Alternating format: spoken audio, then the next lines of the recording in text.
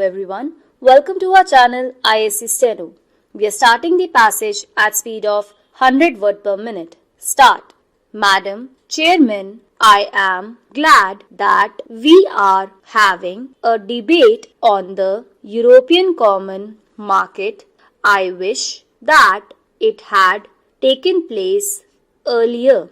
Had Parliament been in session when the Minister of Aviation of the UK visited Delhi, it would have had an opportunity for arming government with its views, thus helping it formulating the statement, but at any rate indicating to the world at large that Parliament is fully behind the Finance Minister in the statement that he has made.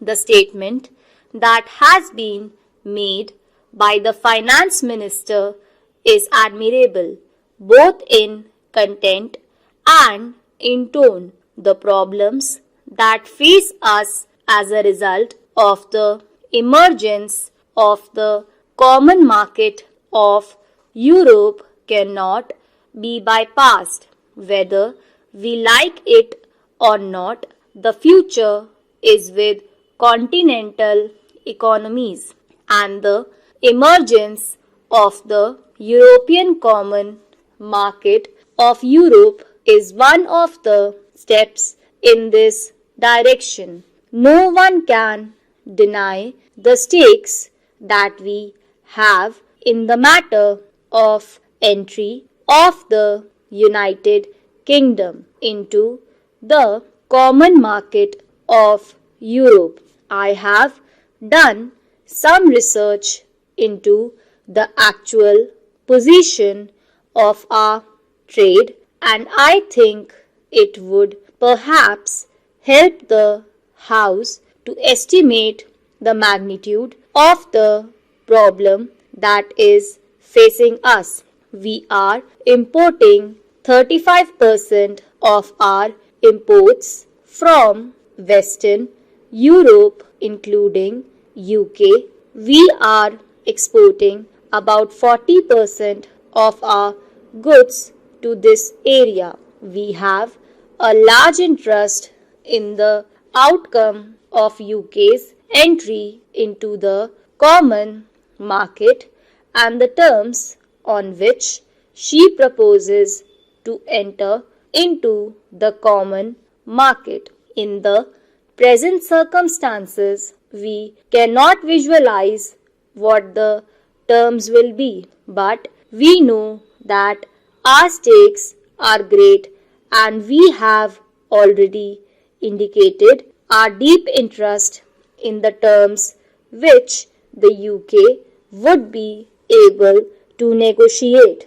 But having made our standpoint clear, it would be unbecoming of us to do anything else except to be prepared for all eventualities. I want the House to realize that while undoubtedly this is a great challenge, we ought to be prepared and not content ourselves with giving expression to certain views which might give the impression to the outside world that we are in a state of panic. To suggest, for instance, that the pattern of our trade should be changed overnight is not realistic. A changeover in trade is no solution. My honorable friend Sri Krishna Reddy pointed out that our balance of payments was most unfavorable with Germany. I know that it has been unfavorable, and while partly this is due to Germany imposing very high tariffs, let us realize that we have had to depend for aid and capital from the developed countries, notably Germany, and as such, our balance of payments is bound to be unfavorable. It has been recommended by my friend that we ought to think of the pattern of trade being changed so that the Eastern European countries might be our main customers. Before us, the advantages of rupee credit and rupee payments are dangled. I only want to sound a note of caution. While it is true that from the point of view of our immediate difficulties, rupee payments offer a solution in the sense of imports not being a current draft on our foreign exchange resources. We ought not to suffer from the delusion that we are getting something for nothing, nor can we think that these rupee payments which are made may not work to our disadvantage. I do not propose to go into this question today, since the issues that merit consideration are different. I hope that Parliament will have an opportunity of discussing the whole scheme of rupee payments on some other occasion so that we might have an opportunity of weighing the advantages and disadvantages of such rupee payments. No one for a movement objects to diversify pattern of trade, a structure of trade which is not dependent on any particular grouping of nations. We have emphasized to a certain extent this diversified structure of trade. Probably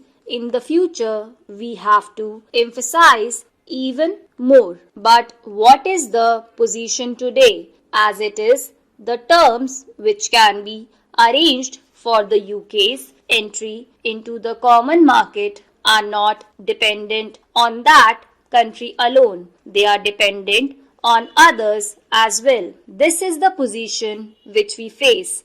We should now find out how best we can line with this situation. There is one thing which has to be affirmed on this occasion. I hope Parliament will affirm it, because there is a danger of our overlooking it to the extent that we suffer by the new groupings in Europe. The moral responsibility of those countries to compensate us is all the greater. This would be in conformity with the trend of modern things in a modern welfare state. If an individual derives a benefit and others suffer injury, there is a principle of compensation or reparation that comes into operation in such a case. Stop.